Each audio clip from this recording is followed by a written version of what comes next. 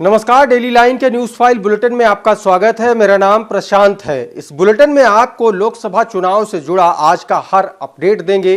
बताएंगे महाराष्ट्र में विपक्ष कैसे कैसे खंड खंड हो रहा है। जानेंगे यूपी के रामपुर और लोकसभा सीट पर सपा का ताजा हाल क्या है। इसके अलावा बताएंगे कांग्रेस नेता सुप्रिया श्रीनेत को क्यों लगा है तगड़ा झटका और क्या नौबत आ सकती है, इस पर भी बात करेंगे। जानेंगे बीजेपी के स्टार प्रचारकों के लिस्ट के बारे में भी, कौन कौन बना स्टार प्रचारक और किसका हुआ पत्ता साफ।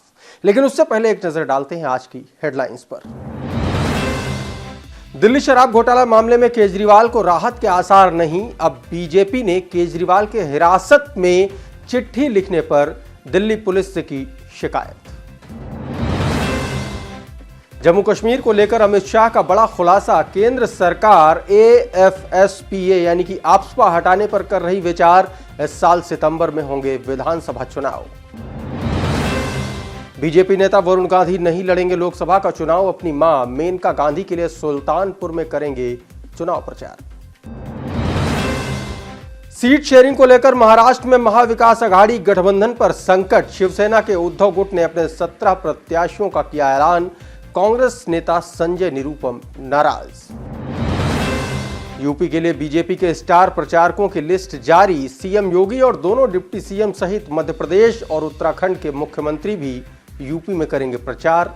महेंद्र नाथ पांडे और पूर्व डिप्टी सीएम दिनेश शर्मा का नाम गायब। और अब शुरुआत करते हैं आज की बड़ी और अहम खबरों की। दिल्ली के मुख्यमंत्री अरविंद केजरीवाल शराब घोटाला मामले में 28 मार्च तक ईडी के न्यायिक हिरासत में हैं, लेकिन सीएम केजरीवाल ने ईडी की हिरासत से ही अब तक 2 आदेश जारी कर दिए हैं। न्यायिक हिरासत से आदेश जारी करने को लेकर के बीजेपी हंगामा कर रही है।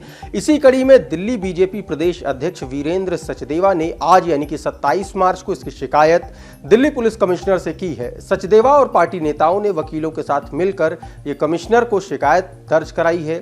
सचदेवा का आरोप है कि हिरासत में रहकर कोई कैसे आदेश जारी कर सकता है। दरअसल केजरीवाल की पत्नी सुनीता ने बुधवार को वीडियो के जरिए दिल्ली सीएम का संदेश जारी किया था। उन्होंने कहा था कि शराब घोटाले की जांच में ईडी को 250 से ज्यादा छापे मारे गए, लेकिन उन्हें कुछ नहीं मिला। अब 28 मार्च को केजरीवाल कोर्ट में सबूत देंगे कि घोटाले का पैसा कहां गया। बता दें कि 28 मार्च को केजरीवाल की ईडी रिमांड खत्म हो रही है। उन्हें 21 मार्च को गिरफ्तार किया गया था और 23 मार्च को ईडी की कस्टडी में उन्हें भेज दिया गया था। उधर दिल्ली हाईकोर्ट में केजरीवाल की जमानत को लेकर के भी हंगामा मचा हुआ है। आम आदमी पार्टी केजरीवाल की गिरफ्तारी को लगातार अवैध बता रही है। बढ़ते हैं आज की अगली बड़ी खबर की ओर। लोकसभा चुनाव से पहले केंद्रीय गृह मंत्री अमित शाह ने एक बड़ा खुलासा किया है। अमित शाह ने कहा कि हम वहां मौजूद जवानों को वापस बुलाने के प्लान पर काम कर रहे हैं। इसके साथ ही अमित शाह ने राज्य में इसी साल सितंबर के महीने तक विधानसभा चुनाव कराने की बात कही है। बता दें कि अमित शाह ने ये बातें एक इंटरव्यू के दौरान कही। उन्होंने कहा कि सरकार ने केंद्र शासित प्रदेश जम्मू कश्मीर के लॉ एंड ऑर्डर की जिम्मेदारी अब सिर्फ पुलिस को सौंपने के प्लान पर काम कर रही है। पहले वहां की पुलिस पर भरोसा नहीं किया जा सकता था, लेकिन अब पुलिस बड़े ऑपरेशन को लीड कर रही है। और अब बढ़ते हैं आज की एक और बड़ी खबर की ओर। कंगना रनौत पर की गई विवादित पोस्ट कांग्रेस नेता सुप्रिया श्रीनेत को भारी पड़ती हुई दिखाई पड़ रही है। चुनाव आयोग ने सुप्रिया श्रीनेत और बीजेपी के पश्चिम बंगाल अध्यक्ष दिलीप घोष को नोटिस जारी कर जवाब मांगा है। केंद्रीय चुनाव आयोग ने सुप्रिया श्रीनेत के एक्स अकाउंट पर कंगना रनौत को लेकर किए गए पोस्ट के लिए नोटिस जारी किया है। चुनाव आयोग की ओर से 28 फरवरी की शाम 5 बजे तक जवाब देने के लिए कहा गया है। दरअसल कांग्रेस नेता सुप्रिया श्रीनेत ने एक्स पर 25 मार्च को बॉलीवुड एक्ट्रेस कंगना रनौत को लेकर के भद्दा पोस्ट किया था, जिसके बाद वो बीजेपी के निशाने पर आ गई थी। इसके बाद जब विवाद बढ़ा तो सुप्रिया श्रीनेत को वो पोस्ट भी डिलीट करनी पड़ी थी। गौरतलब है कि कंगना रनौत को हिमाचल प्रदेश की मंडी लोकसभा सीट से बीजेपी ने टिकट दिया है।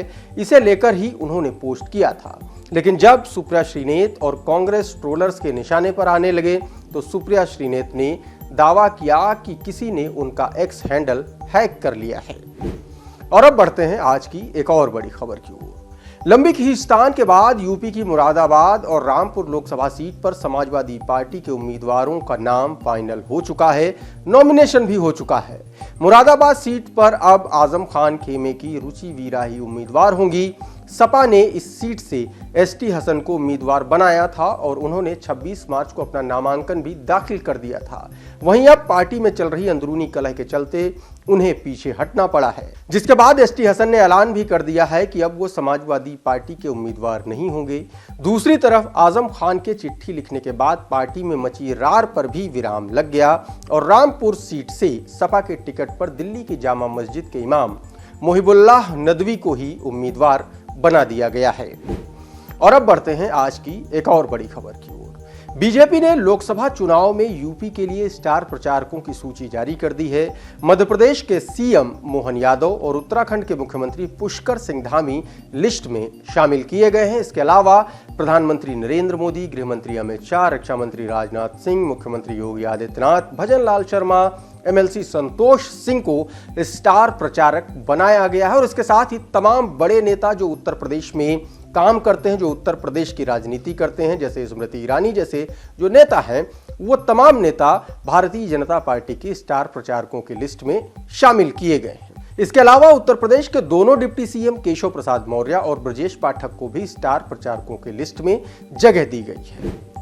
और अब बात करते हैं आज की अगली बड़ी खबर की। सीट शेयरिंग को लेकर महाराष्ट्र में महाविकास आघाड़ी गठबंधन पर संकट नजर आ रहा है। शिवसेना उद्धव गुट ने 27 मार्च को अपने 17 प्रत्याशियों का ऐलान कर दिया। वहीं इनमें 3 सीटों पर कांग्रेस के दावेदार टिकट का इंतजार कर रहे थे। इसे लेकर कांग्रेस के वरिष्ठ नेता संजय निरुपम भी नाराज चल रहे हैं। वो मुंबई की नॉर्थ वेस्ट से लोकसभा चुनाव लड़ने की तैयारी कर रहे थे और उन्हें खुद राहुल गांधी ने टिकट का भरोसा दिया था। जानकारी के मुताबिक उद्धव गुट ने यहां से अमोल कीर्तिकर को टिकट दिया है, जिन्हें खिचड़ी घोटाले में ईडी ने समन भेजा है। उधर वंचित बहुजन अघाड़ी नेता प्रकाश अंबेडकर ने भी एमवीए से अलग अकेले चुनाव लड़ने का ऐलान किया है। उन्होंने बुधवार को अपने 8 कैंडिडेट्स के नामों का ऐलान कर दिया। इसके अलावा स्वाभिमानी शेतकारी संगठन के अध्यक्ष और पूर्व सांसद राजू शेट्टी ने भी एमवीए के साथ गठबंधन करने से इनकार कर दिया। एमवीए ने हथकनांगले की सीट शेट्टी को देने का प्रस्ताव दिया था, लेकिन उस पर बात नहीं बन पाई। आज के इवनिंग के इस न्यूज फाइल के बुलेटिन में फिलहाल इतना ही, लेकिन आप बने रहिए डेली लाइन के साथ।